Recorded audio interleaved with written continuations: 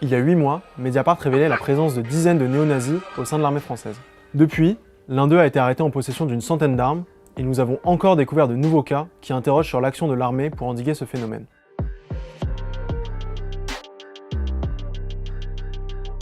Le 20 novembre dernier, c'est Le Monde qui révélait l'interpellation de 2 hommes dans l'Eure. Parmi eux, un soldat du 35e régiment d'infanterie.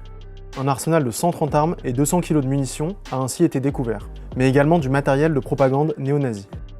Ce soldat, c'est Gaëtan, l'un de ceux que nous avions déjà identifiés. C'est lui sur cette photo qui porte un t-shirt à la gloire de la division Charlemagne, une unité de SS composée de volontaires français. Sur les réseaux sociaux, il s'affichait avec de multiples armes en train de s'entraîner au tir.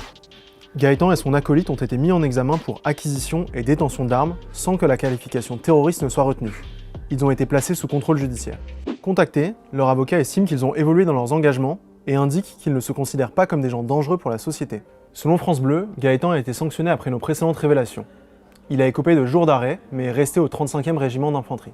D'après nos informations, c'est suite à notre enquête qu'il a fait l'objet d'un suivi par les services de renseignement. Gaëtan n'est pas le seul à être resté dans l'armée. Sur la soixantaine de militaires néo-nazis identifiés par Mediapart, d'après le ministère des Armées, 4 ont été renvoyés.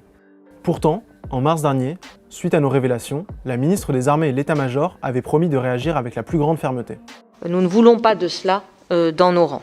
Et j'y veillerai, et vous pouvez tout à fait compter sur moi. Il y en a globalement la moitié qui font l'objet d'enquêtes, de sanctions, et qui vont être sanctionnées. Évidemment, sanctions il y a, des sanctions lourdes seront prises. J'ai pas de doute sur le fait que ces personnes-là ne feront plus partie du rang des armées dans les prochaines semaines. La ministre avait déjà tenu un discours similaire à l'été 2020, après notre première enquête sur le sujet. Ce sont des cas qui sont heureusement extrêmement rares, mais ce n'est pas parce qu'ils sont rares qu'on ne doit pas y prêter une grande attention et ne pas prendre de sanctions. Le porte-parole du ministère et le chef d'état-major des armées avaient quant à eux minimisé l'ampleur du phénomène. 50 cas pour une armée de 260 000 hommes. On parle là de 50 personnes tout au plus sur 210 000 militaires. Donc c'est évidemment à prendre extrêmement au sérieux, mais c'est 0,02% de notre population militaire. Depuis plusieurs années, certains services alertent sur l'implication croissante de militaires dans des groupes d'ultra-droite et des projets terroristes.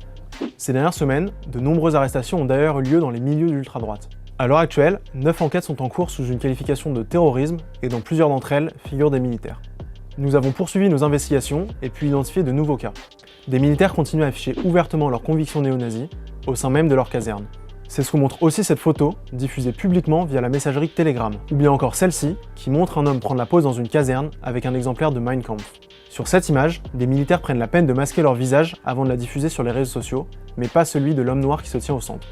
Devant eux, des gâteaux forment une croix gammée. La quantité de telles images accessibles librement sur internet semble témoigner d'un véritable sentiment d'impunité chez ces militaires néo-nazis. Elle interroge aussi sur l'aveuglement de leur hiérarchie face à la banalité avec laquelle certains affichent ouvertement des références au nazisme au sein de l'institution.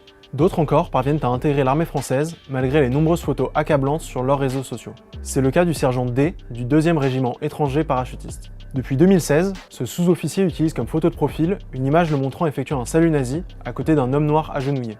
Nos premières révélations sur le sujet remontent à juillet 2020. C'est la 3e fois que nous documentons la présence de néo-nazis au sein de l'armée française. À partir de combien de croix gammées et de saluts nazis dans les casernes peut-on dire qu'une armée a un problème ?